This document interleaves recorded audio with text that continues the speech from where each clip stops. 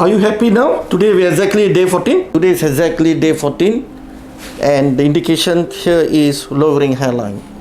She wished to lower the hairline here and to fill up the area which is receded a bit for her. Now it's exactly 2 weeks again. We are looking at our work. You can see here all the graph is in place and she have healed well. The density, the direction of the hair, all is placed according to what she wants and she want to fill up here.